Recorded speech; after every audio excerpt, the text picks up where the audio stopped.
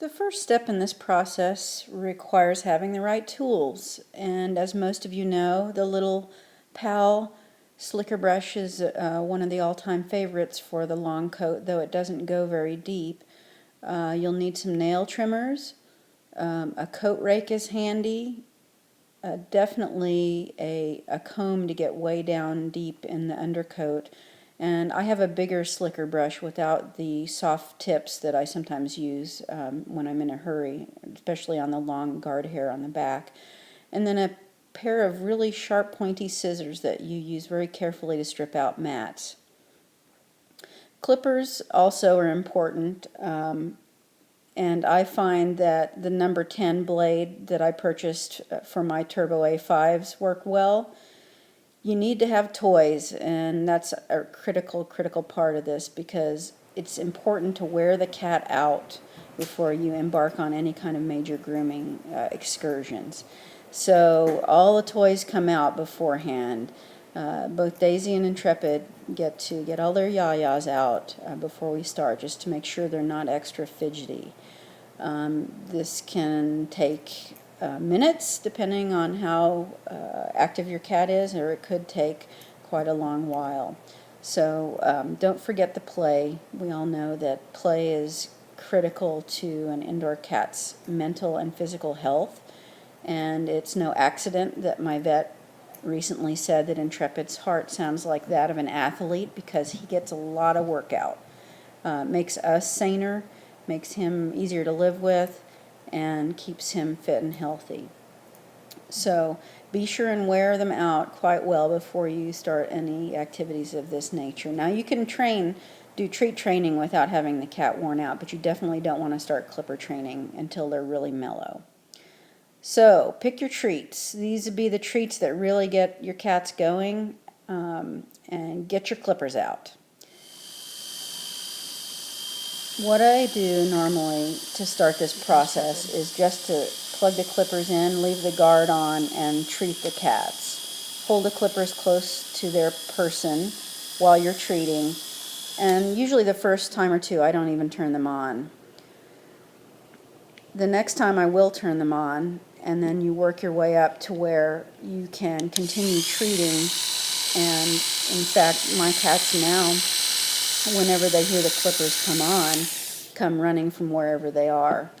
So it's really important that you establish a positive relationship with the clippers. There you just got a little peek of a clip I did on Intrepid's neck. He had a horrible mat I couldn't tease out. So this whole process is aided by having a little friend or someone who can help you. I wouldn't recommend trying to video while you're doing this, so my videos will be very herky-jerky through this process. It's just one too many things to handle. So here you see Daisy and Intrepid being conditioned to the clippers. So the clippers are there, they're turned on, they're treated, and rinse and repeat basically until they don't really even pay any attention to the clippers. I like to put the body of the clippers on the cat while they're vibrating, just so that they get used to the vibration. And I just showed doing that without the guard on, which I wouldn't recommend, because you're going to get some extraneous clips if you're not careful.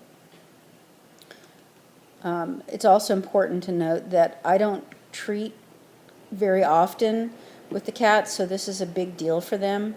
And so whenever the treats do come out, they get pretty excited. Right, Daisy? Yes.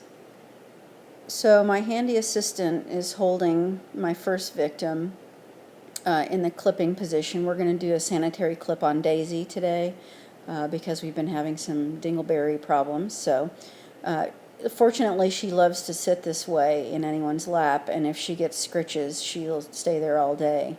So all I'm doing is running the clippers on with the blade cover on over her groin region, just to let her know what's coming.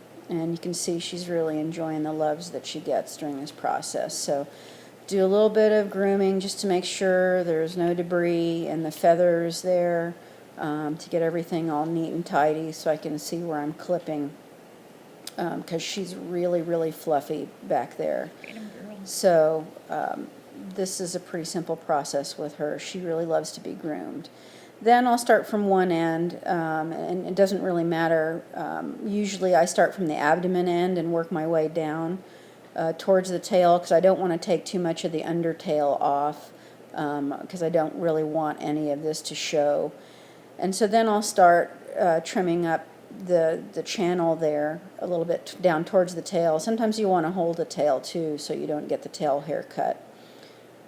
So not doing much of a clip here on Daisy. Now Intrepid, different story. We keep him clipped in his entire abdomen, armpit to armpit, he's clipped, and periodically have to get his leg feathers trimmed up, just because they do tend to trap litter or sometimes some extra poops.